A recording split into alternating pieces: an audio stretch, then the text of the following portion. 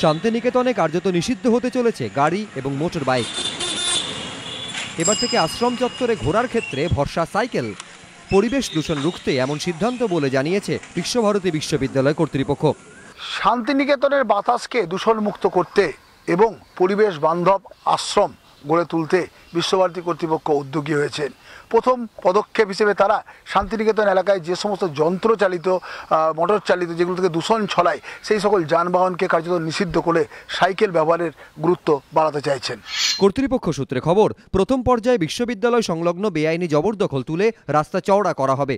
সাইকেলের জন্য রাস্তার দুধারে তৈরি হবে দুটি বিশেষ ট্র্যাক তৈরির কাজ শেষ হলেই বিশ্বভারতী ক্যাম্পাসে নিষিদ্ধ হবে গাড়ি এবং মোটর বাইক। সেক্ষেত্রে পড়ুয়া, অধ্যাপক এবং আশ্রমিকদের ক্যাম্পাসে যাতায়াতের জন্য ব্যবহার করতে হবে সাইকেল। পরবর্তী পর্যায়ে পর্যটকদের জন্য তৈরি করা হবে 50টি সাইকেল স্ট্যান্ড। এই অল্টারনেট রুটগুলো তৈরি হয়ে গেলে তখন যারা মোটর বাইক বা অন্য যারা যে সমস্ত তারা ভেহিকেলস ব্যবহার করেন তারা সেই রুট দিয়ে তারা যাবেন। কিছু স্মার্ট কার্ডের মাধ্যমে তারা সাইকেলগুলো ব্যবহার করতে পারবেন এবং বেশ কিছু জায়গা থাকবে যেখানে এগুলোর যে স্ট্যান্ড রয়েছে স্ট্যান্ডে তারা সেগুলো ছেড়ে দিতে পারবেন। পরিবেশ বান্ধব এই পরিকল্পনায় খুশি পড়ুয়া এবং অধ্যাপকরা। সাইকেল নিয়ে যাতায়াত করাটাই বেশি ভালো, যাতে এখানে পলিউশনও না হয়, প্লাস পড়াশোনাতেও কোনো প্রবলেম না হয়। এসব তো বন্ধ হওয়ার ফলে তো বেশ ভালোই লাগছে, আমাদের পড়াশোনার ডিস্টার্ব থেকে আমরা বেঁচে থাকছি।